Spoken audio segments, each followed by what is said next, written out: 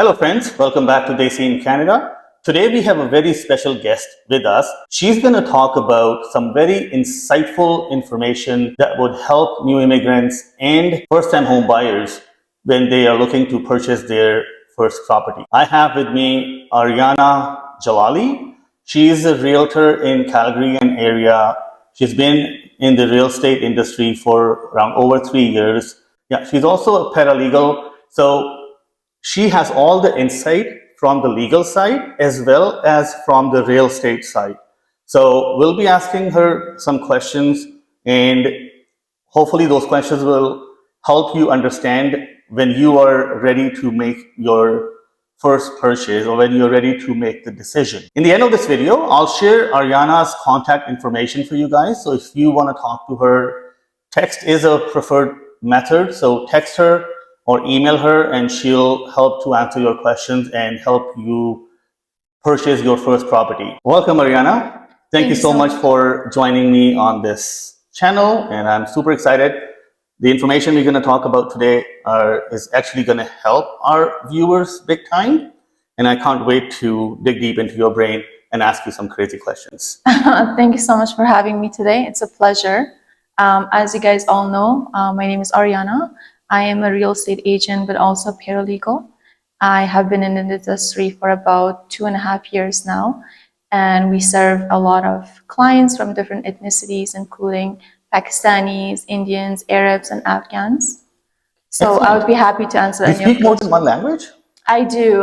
So we speak Persian, Arabic, Hindi, Urdu. We understand a little bit Punjabi, but not fluent, of course. Excellent, excellent. But yes, we speak about 5 languages. Okay, so language is no barrier, right? So that's awesome, because a lot of the time when we meet with the new immigrants, I have seen personally that language sometimes is a barrier. So if you guys speak more than one language, like you speak the language from South Asia, then definitely most of my viewers here, they are from the same region. So definitely that would help them. That's right. And that's what sets us apart, because a lot of people that we meet, there's a language barrier. They can't understand us or we can't understand them. So we can speak to them in their own language that kind of makes them comfortable. Yeah. They can share their requirements and what they're looking for, and it makes it easier for both of us to understand each other. Excellent, excellent. Okay, Ariana. So the first thing I have on my mind is when I think of a new immigrant is they want to know, how is the market today? Because a lot of the time there's people around them, they always suggest different things, and that creates a lot of confusion for anybody who is a first-time home buyer in a new country. So what do you see as like what's happening in the market today in Calgary and area? You deal with Calgary, Chestermere, probably Okotoks, Airdrie, like anything that's now a greater Calgary area. What do you see is happening in the market, and what do you think will happen in the next 3 to 4 years? अभी जो तो हमारे Calgary market real estate है भी बहुत ज़्यादा busy है. Obviously बहुत सारे न्यू इमिग्रेंट्स, बहुत सारी फैमिलीज टोरंटो, एडमिंटन और बीसी से यहाँ मूव हो रहे हैं due to affordability. But also now that the Calgary price have gone up, there is still room for growth. So with interest rate coming down right now, it's going to create more demand in the Calgary real estate market. So अभी obviously market बहुत ज़्यादा busy है, बहुत सारे immigrants हैं, बहुत सारे newcomers हैं, and there's also new home buyers that are in the market. So market is really busy, very congested. It's a great market for sellers if they're looking to sell their home. However, if you're buying, it's very challenging, but also it's part of the experience right now. So what do you think is the right time? Because again, as a new immigrant, the first thing they see when they're coming here from Pakistan, India, Africa, wherever, the first thing they start looking is rental houses, rental apartments. So when do you think is the right time to enter the real estate market? It depends on when you're ready.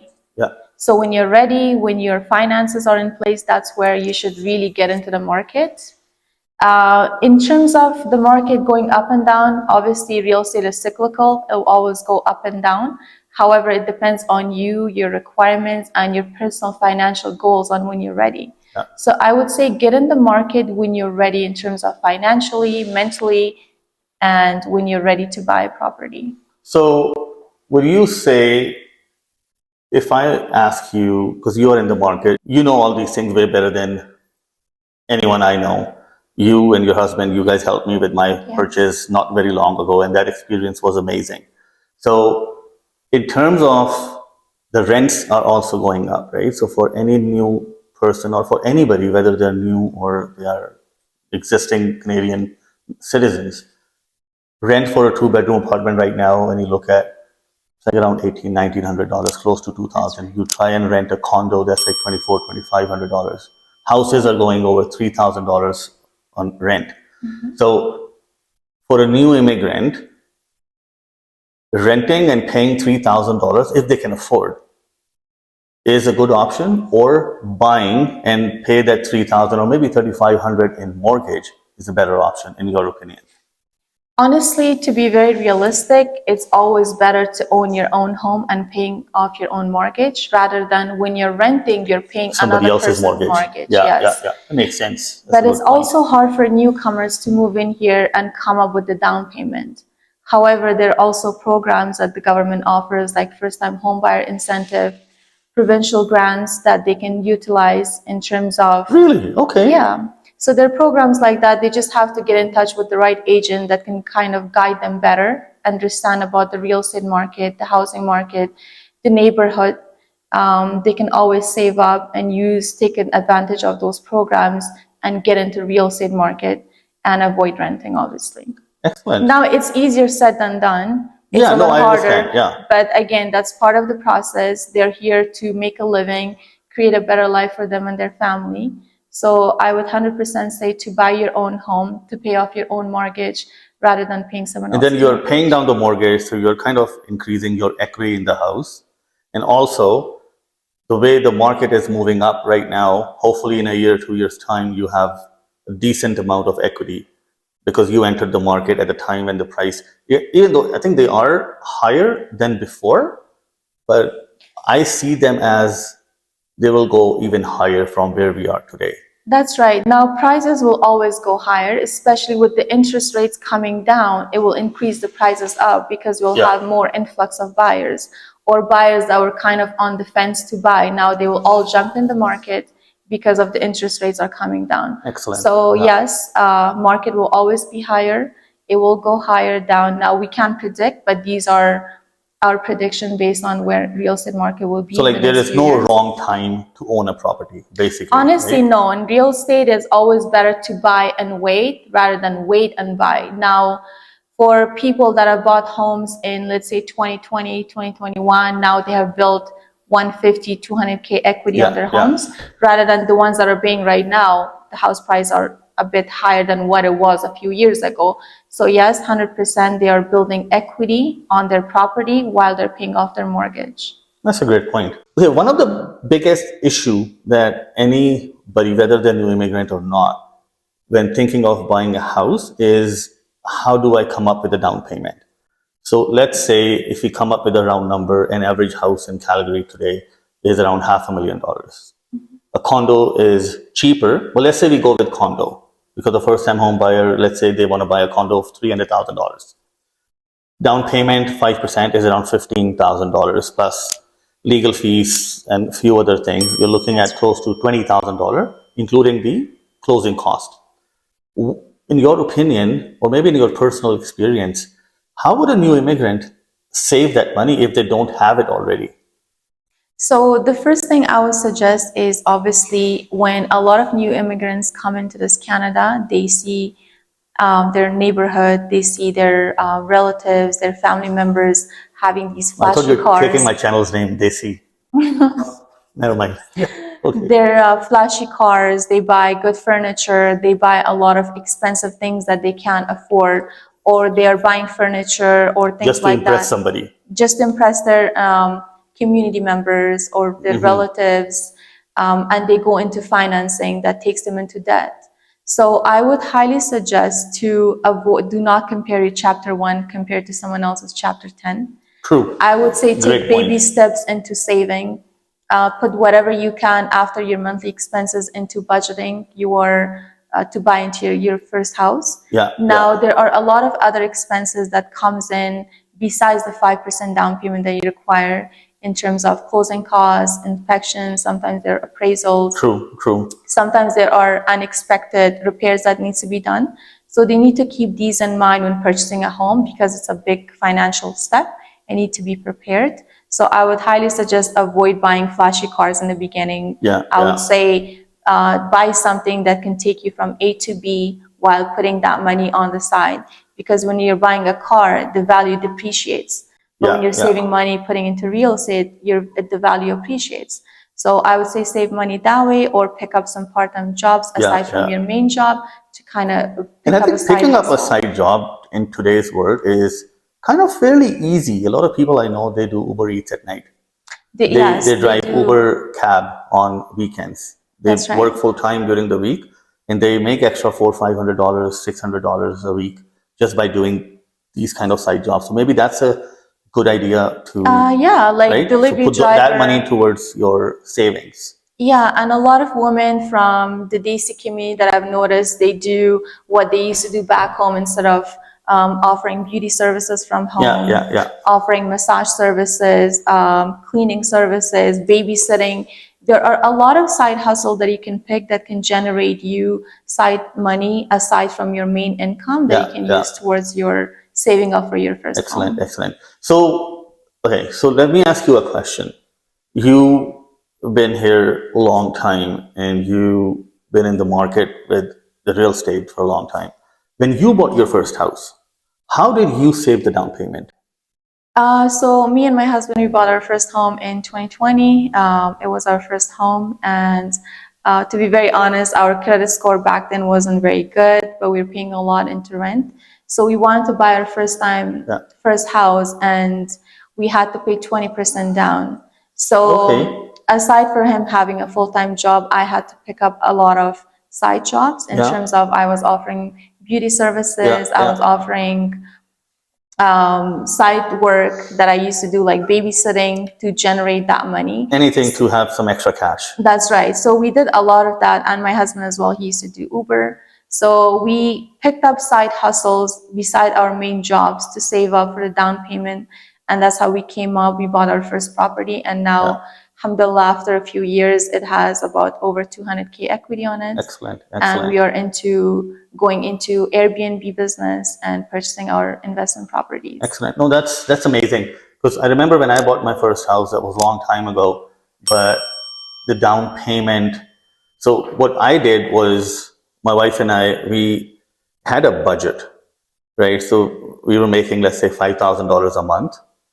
And so we said, okay, our budget should not exceed $4,000 a month. Right. And $1,000 should go towards our savings.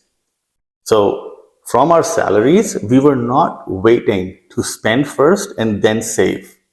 As soon as we got the salaries, the first thing we take out is the savings in a different bank. So we take the money out, throw this in the savings, and then we know that this is all we have, the 4,000, and we have to live with it. It was tough. The last few days of every month were usually tough, right? It's 25th of the month. Now you know that you only have a few $100s left. One option was get, credit cards and add debt to yourself, but that was against what we were trying to do. We tried to stay away from debt, but it wasn't easy, but we did it. We saved up. I remember it was $13,000 was the down payment for $250,000 house in Saddle Ridge. That was our first house, townhouse actually. And so saving is not easy, but you should be doing it. Buying a property should be your top priority. Absolutely. Now, it's easier said than done, but it's also one thing that when new immigrants come in, they go into getting themselves into debts in terms of financing a vehicle, financing furniture, financing a wedding, an engagement. Now, it would be better to kind of budget, keep those aside, and save up for your first home than get into all those unnecessary expenses. True. Okay. So, no, thank you so much for this insight. Now, one of the things that I have seen personally, and I've seen other people struggling with, is credit score. Right? This is one of the key benchmark that any bank would see, that how good or bad your credit score and your mortgage approval is usually based on like 70%, I would say it relies on the score, and then the other 30% is on your down payment and all the other stuff. Right. In your opinion, how important is the credit score, and what should a new immigrant do to improve their score? So credit score is one of the main things that you would need in order to obtain a mortgage. Yeah. I would say Or any credit, right? any credit, absolutely. So obviously, as newcomers coming, they have no track history or credit score. Now it would take time for them to build it. How they would do that is by paying their bills on time, by not getting themselves into debts. So I would say paying their bills on time, not taking any loans, not into financing things. So it's very essential to work on your credit score to build it.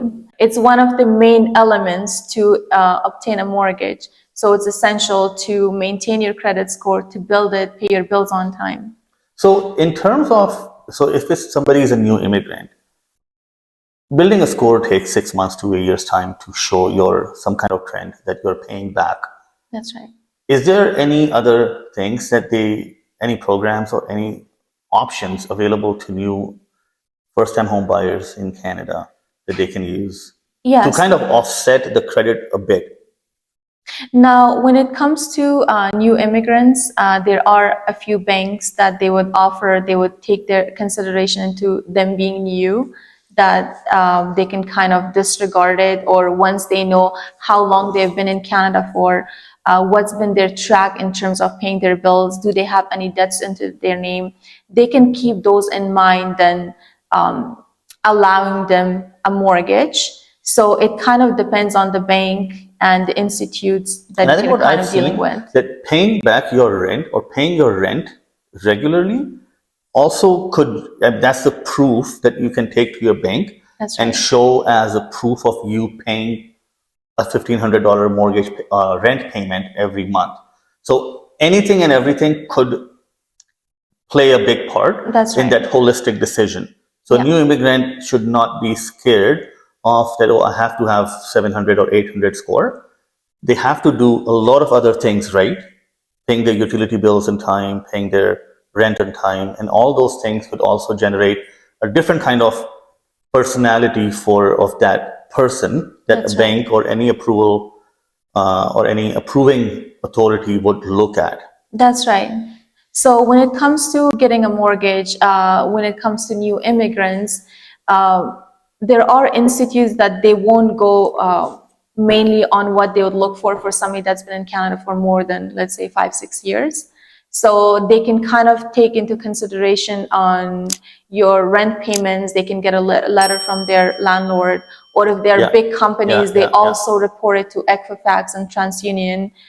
So these are all the little things that adds to it. Now, you don't necessarily have to have over 700, 750 credit score, because it's not realistic and possible for someone new to have that. But there are little things that you can do, but also finding the right agent that can kind of connect you to their team or their line of mortgage brokers, right team that can kind of get you approved or work on your financial goals and kind of educate you on where you're at and how you can get into buying a home.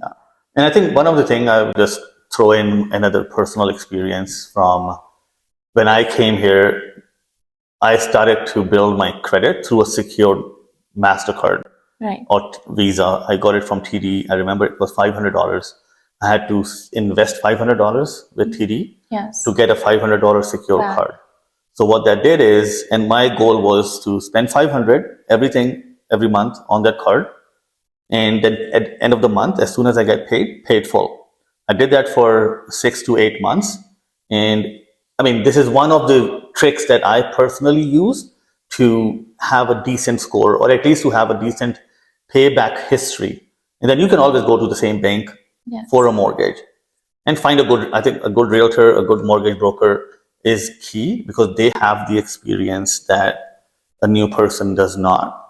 And they basically need hand holding in the beginning, right? That, okay, guide me through these channels, that what do I need to do? How do I get from point A to point B of owning a house? That's right. Yeah. So it's very important to have the right team on your side that can kind of educate you and guide you. Now there's a lot of newcomers that come in and they have no knowledge of the real estate market, the agent, what do they need the first step. So it's essential to have the right person on your side to kind of hold your hand and guide you, take you through that process. And I think what I've seen, again, personally, in this 20 years that I've been in Canada, don't listen to everyone, I think is what I have learned. Don't try and copy other people. I think you touched on it as well. Don't try and impress random people that what kind of car you should drive. Don't try and buy fancy stuff, as you also mentioned, to impress others. Focus on your own goal for your immediate family. That's right. And do things that are good for your family in a longer run. Because these flashy things, if you are getting it on debt, you can buy a $100,000 car and you pay like $1,000 a month payment. Yes. But then you have $100,000 debt on you. Now, all those things, banks look at it when you're applying for a mortgage, because then your income to debt ratios are all out of the whack, right? That's right. So be smart and think 100 times before making any fancy purchase. Yeah, that's true. But it's also in our culture in terms of the Asians and the Desi community. सबको impress करना होता है ना हमने. That's right. सबको impress करना होता है. हम अपने फाइनेंशियल सर्कमस्टांसेस को नहीं देखते, हम लोगों को इम्प्रेस करने की कोशिश करते हैं. हरियाणा ने नई गाड़ी ली है ना, तो मुझे भी लेनी है जी. राइट. हरियाणा के पास 70 इंच टीवी है तो मुझे 80 इंच टीवी चाहिए जी. तो वो फॉर अ शॉर्ट टर्म तो खुशी मिल जाती है, लेकिन आप एक वो अपने आप को दलदल में गिराए जा रहे हो एंड आप उससे निकलना इज It's very hard. क्योंकि हम हमेशा कंपटीशन में होते हैं कि एक बंदे ने 800,000 का घर लिया है तो मुझे 850 का लेना होगा, because we are in competition. So it's very hard to get out of it, especially when you're new, especially when you're building your credit, your income, you're trying to build that stable life for your family. So I would highly suggest to avoid all that. Stay away from these things. To look at your own income, your own finances, than getting yourself into a debt. Excellent. So that's great information. Now, one of the things that anybody would get confused about, if I go to a new city or you go to a new city, we don't know that city, right? That's right. So very similarly, if somebody is coming to Alberta from India, Pakistan, or somewhere else, they come to Calgary, for example, they don't know Calgary. That's right. पीछे हम अगर देखें तो India में बॉम्बे का कोई लड़का है तो they know Bombay, right? They know what neighborhoods are good. They know किस neighborhood में नहीं जाना चाहिए. I'm from Karachi. I know every in and out about Karachi. Same thing when somebody comes here as a new person, how would they decide what neighborhood to buy a house in? Because Calgary has different neighborhoods. That's right. They serve different kind of customers. So in your experience, how would a new immigrant decide that, okay, this is the right neighborhood for me? Honestly, it depends on their requirements, also cultural diversity. Now, they have to keep in mind of what their requirements are. Each area of Calgary has different price range. They have to decide on how much they would like to spend, but also what's important to them. Is it commute to downtown? Does it have to be transportation? Do they want a specific school for their children? Now, when it comes to our Desi community, there are different requirements in terms of it has to be close to the halal stores. It has to be close to the mosque. It has to have Islamic school. When it comes to, let's say, the Sikhs from Punjab, they want something that's close to their Gurudwara. Gurudwara. Right? So, it has to be close to a TLC school. Some prefer private schools. So everyone's requirements are different. Now it depends on you. Do you want to be closer to the Desi community? So I know my requirements. Let's say I'm the customer, right? I come to you as my agent. I know my requirements. What kind of research should I do that, okay, this part is good for me? That's right. Right. So is this something that my agent can guide me, or is this something that I need to do some research on my own as well? Okay, I would like to ask you a question. What's more important to you? Would it be cultural diversity? Would you like to be closer to Desi community? Would you like to have halal stores and mosque? Would you like to be closer to TLC school? Is it budgeting? Is it commute? So no, you're going in the great direction. So let's do a role play, right? So for our audience to see. So I'm a customer, you are the agent, which you are. So I'm coming to you and I'm going to tell you you ask me questions about my requirements. Right. And then let's see if you can figure out what neighborhood in Calgary or surrounding areas is something that you would recommend. Sounds good. Okay, so I'm a customer now. Hi, Ariana. Hi, Hammer.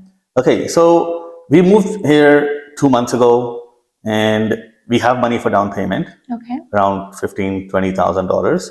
We want to buy a house. Okay. Where should we go? What are your requirements? How much would you like to spend? How much down payment do you have saved? Okay, so based on my calculations, because everything is available online, right? Right. So based on my calculations, I'm looking at a house or a condo somewhere around 300,000 max. 300,000. Yeah. Okay. Now, do you like to be closer to the DC community, or it doesn't matter? It does doesn't have not to be a matter. certain I think neighborhood. what's more important for me as a family person, that my kids, they go to a good school, Okay. right? So that's the number one priority. Everything else we can manage, but for them to go to a good school, we looked at some ratings online and we saw a few schools that are amongst the best in the city. So that's what my requirement are, that my kids are going to a good school. Okay, so there are so many neighborhoods in Calgary that offers good school. Now, in terms of good schooling, does it have to be TLC? Does it have to be Islamic school? Do you mind if it's public school? No, just basic public school is good. Okay, so there are so many neighborhoods in Calgary where you can buy. If you would like to be closer to the Desi community, I would suggest Northeast. There are a few great schools depending on how old your kids are. Now, we also have towards Northwest, there are some good school. There are also new areas in Northwest with good schooling. So schooling is not the main problem. We can get you anywhere. When it comes to pricing, each area has a different pricing. So let's say if I go, I've heard that Northwest is better than Northeast. Right. Right. So if in 300,000, would I be able to buy a fully detached house with 2 garages? Unfortunately, no. With the increasing prices in Calgary for 300,000, you might be able to buy a condo. Okay. Not necessarily. And I don't mind condo. I don't mind condo. I mean, I just want to enter the market. Right. So if the market appreciates, then I'm building some equity. Right, so Northwest is something we can decide on. What neighborhood in Northwest you think have good schools? Northwest is something that we feel is better. So what neighborhoods you think in Northwest would be good? So there are a lot of good neighborhoods like Varsity, Nolan Hill, Panorama. These are very good areas that are with older, mature neighborhood, but the schooling is very good. Okay. So they can do that as well. Now they need to be able to find a condo under 300,000, those areas. So it will be a little challenging depending on the market, but obviously it's doable. Okay. So for a condo, one thing that I have seen, if a condo has a $600 condo fee, right? Isn't it better for me as a customer to use that 600 towards my mortgage price and buy a little bit more expensive house? So that's a very good question. Now, there are condos that comes with lower condo fee, which you might want to consider as a newcomer. However, if you're financially stable and it allows you to buy a bigger property that doesn't have a condo fee, that's always ideal. For example, you can buy a townhouse that's freehold with no condo fee, whereas the condo fee goes towards your mortgage rather than a condo fee. Okay. No, that makes sense. So if your financial status allows it, you have the budgeting for it, it's always best to buy a townhomes that's freehold or a bigger property and avoid condo, because condos also do not have higher appreciation as compared to a townhome or a duplex. So I would highly suggest going for a bigger property. When we were younger, I remember my dad used to say, buy something jidhar zameen aur chhat dono apni ho. Ji. Right? Yes. So condo, even though it could be a cheaper option, but na zameen apni, na chhat apni. That's right. Right? So, I mean, this is how we were raised. So when we bought our first property, this is something that I had in the back of my mind. Zameen aur chhat apni honi chahiye. That's true, but it's also with condos is that when you buy it, the building is also getting older with it. True, So you true. cannot renovate. At times, there's also, depending on the condo management company, there are rules, restrictions where you cannot do short-term rentals, you cannot Airbnb Oh, it, you okay. cannot do, there are certain restrictions So that you I can't allow. think what it comes down to, again, if I think of myself as a new person in the country, I don't want to go on this journey alone, That's right. right? Because what you are saying is something that I didn't even think of. Yes. So to find a right partner, agent, broker, could be a family member too, or whoever they trust, Yes. and who's going to give them unbiased advice, and who've been in the market as whether as a customer or as an agent for a longer period of time, take the advantage of their experience. Find a good agent. Right. Find somebody you can trust and who knows the market better than you. So don't go alone. Oh, absolutely. Now, when it comes to finding the right agent, it's sometimes tricky. I would highly suggest to interview a couple agents and see who meets your requirements, who you can vibe with, who can help you better. That's a great point. But sorry, I'm cutting you there. But what I have seen, again, I'm putting myself in a new immigrant's shoes. I'm intimidated by people. I see that if an agent is helping me, he's giving me a favor. Yes. Right? Because I'm new here. I don't know nothing about anything, right? Right. So you made a good point that interview the agents. So can you elaborate a bit on what do you mean? Do I, as a new person, have the right to talk to multiple agents and find the one that's good for me? Or am I going to be just stuck with one agent, whether they're good or bad? So what's my right as a customer to find the right agent? Oh, absolutely. As a buyer, you have the right to find the right agent, get to know them, interview them on how they can help you.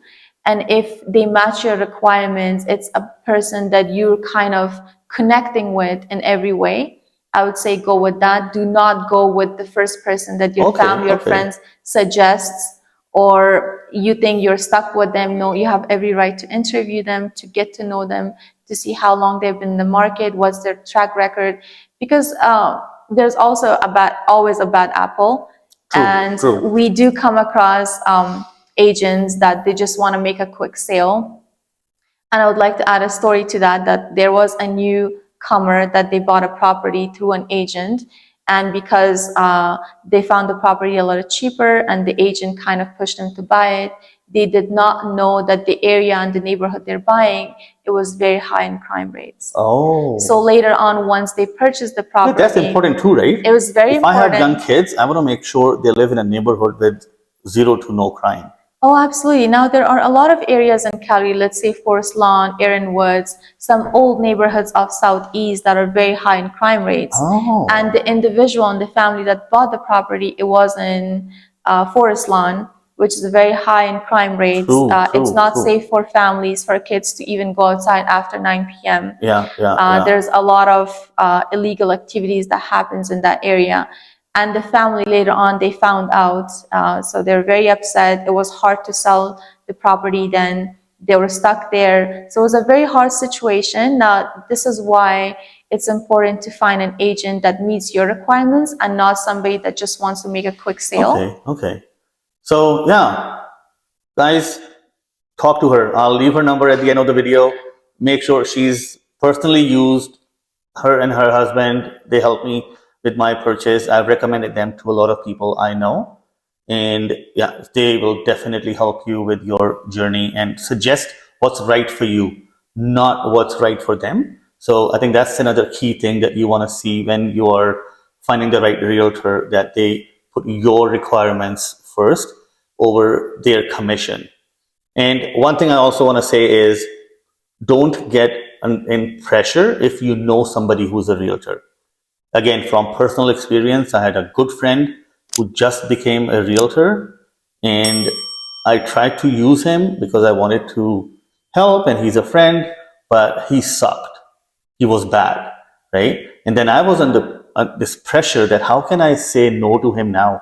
Take the listing or take my requirement to somebody else. It was a tough decision for me because he was a friend, but I had to make the decision for myself and my family. And I called him. I said, you know what? You're a great friend. I'm sorry, but you're not helping us the way we want to be helped. I'm moving to somebody else. It's a business transaction. It's not a personal transaction. So you want to make sure you're putting your interest first over anything else. Thank you so much for all the kind words. If you want to have a live Q&A session with Ariana, please drop a comment below. Let me know if that's something that you think would benefit you. So I'll have a session with Ariana on YouTube Live where you can ask questions directly to her and she can respond right away. Okay, friends. So this was our part 1 of our conversation with Ariana. We will cover more questions in our part 2. And also, Ariana would give us a tour of a house to show you some features, to give you some price idea on what kind of house comes at what price. So keep watching. Wait for the next week's video where you'll learn more about the real estate market in Canada. For now, thank you so much for watching. I really appreciate your support. Please like and subscribe and share this video with as many friends as possible so they can also gain some knowledge about the Canadian real estate. Thank you so much, and I'll see you in my next video.